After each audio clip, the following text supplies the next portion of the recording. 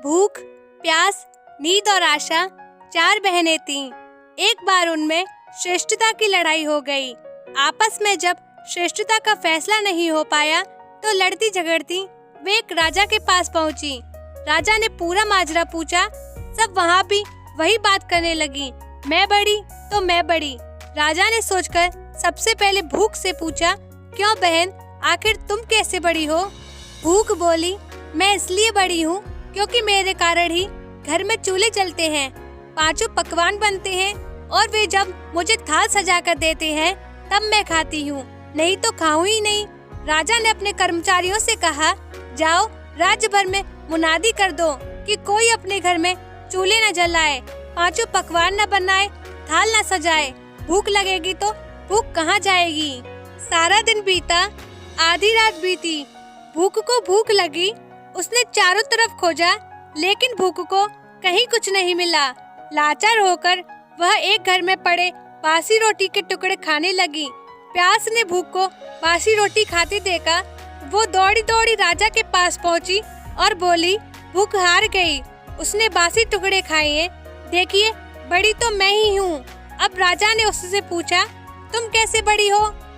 प्यास बोली, मैं बड़ी हूँ, मेरे कारण ही लोग कुएं तालाब बनवाते हैं, बढ़िया बर्तनों में भरकर पानी रखते हैं और वे जब मुझे गिलास भरकर देते हैं तब मैं उसे पीती हूँ, नहीं तो पीऊँ ही नहीं।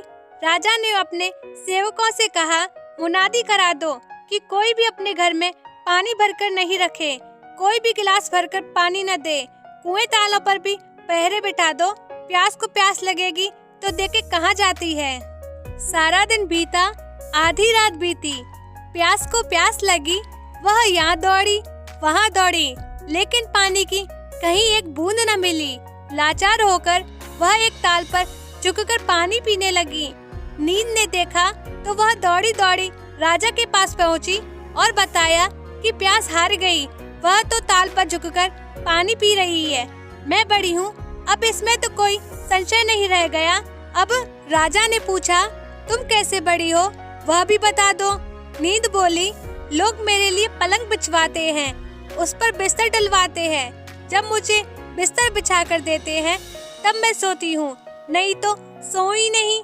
राजा ने सेवकों से कहा, राज्य में यह मुनादी करा दो, कोई पलंग न बनवाए, उस पर गद्दे न डलवाए और बिस्तर बिछाकर भी न रखे, देखे नींद को नींद आएगी तो वह जाती कहाँ है। दिन में तो ठीक रहा, आधी रात बीत गई, नींद उसे भी झेल गई, लेकिन उसके बाद नींद को नींद आने लगी। उसने खूब ढूंढा लेकिन बिस्तर कहीं नहीं मिला। हार कर वह ऊबड़ खाबड़ जमीन पर लेट गई। आशा ने राजा को खबर दी। उसने कहा, नींद भी हार गई, नर्म बिस्तर की बात करने वाली ऊबड़ खाबड़ धरती पर सो रही है। वास्तव में भूख, प्यास और नींद तीनों में मैं बड़ी हूँ। राजा ने पूछा, तुम कैसे बड़ी हो? आशा बोली, लोग मेरी खातिर ही काम करते हैं, नौकरी धंधा, मेहनत और मजदूरी करते हैं, परेशानियां उठाते हैं, लेकिन आशा के दीप को बुझने नहीं देते। राजा ने सेवकों से कहा, राज्य में मुनादी करा दो, कोई काम न करे, नौकरी न करे, मेहनत और मजदूरी न करे और आशा का दीप न जलाए। आशा को आस जागेगी तो देखो कहाँ जाती है। सारा दिन बीता, आधी रात बीती। आशा को आस जगी, वह यहाँ गई वहाँ गई, लेकिन चारों ओर अंधेरा छाया हुआ था। सिर्फ एक कुमार टिमटिमाते दीपक के प्रकाश में काम कर रहा था। वह वहाँ जाकर टिक गई और राजा ने देखा कुमार ने जो दिए बनाए उसके सोने के हो जाने की आशा की और वह सोने का हो गया। सोने के दिए में रुपए की बाती तथा कंचन का महल बन गया। जैसे उसकी आशाएं पूरी हुई वैसे ही सबकी हों। कामनाओं के दीप बुझे तो अच्छा, लेकिन आशा का दीपक कभी बुझने नहीं देना चाहिए।